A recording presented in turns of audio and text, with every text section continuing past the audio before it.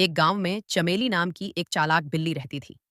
वह काले और सफेद धारीदार रंग की सुंदर बिल्ली थी, लेकिन उससे भी ज्यादा उसकी होशियारी मशहूर थी। गांव के सभी लोग उससे थोड़ा डरते भी थे और हैरान भी रहते थे कि आखिर वह हर बार किसी न किसी का दूध कैसे चुरा लेती है। हर रात किसी न किसी के घर से दूध गायब हो जाता।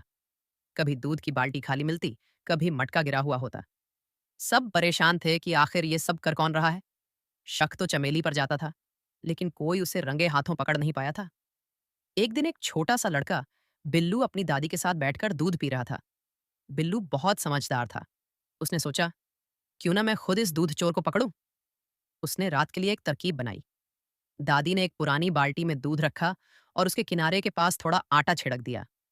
बिल्लू ने कहा, अब अगर कोई दूध पीने आएगा तो उसके पंजों में आटा लग जाएगा। रात हुई, सब सो गए, लेकिन बिल्लू और उसकी दादी जागते रहे। आधी रात के बाद एक परछाई धीरे धीरे बाल्टी की तरफ बढ़ी। जैसे ही उसने दूध पीना शुरू किया, उसके पंजों में आटा लग गया। बिल्लू ने तुरंत लालटेन जलाई और जोर से चिल्लाया, चोर पकड़ा गया।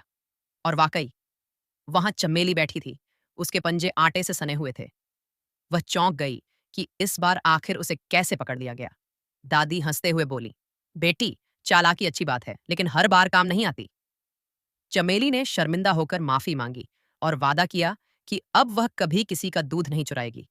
बिल्लू ने उसे एक छोटा कटोरा लाकर दिया और कहा, अगर तुम अच्छा बर्ताव करोगी तो रोज तुम्हें थोड़ा दूध मिलेगा।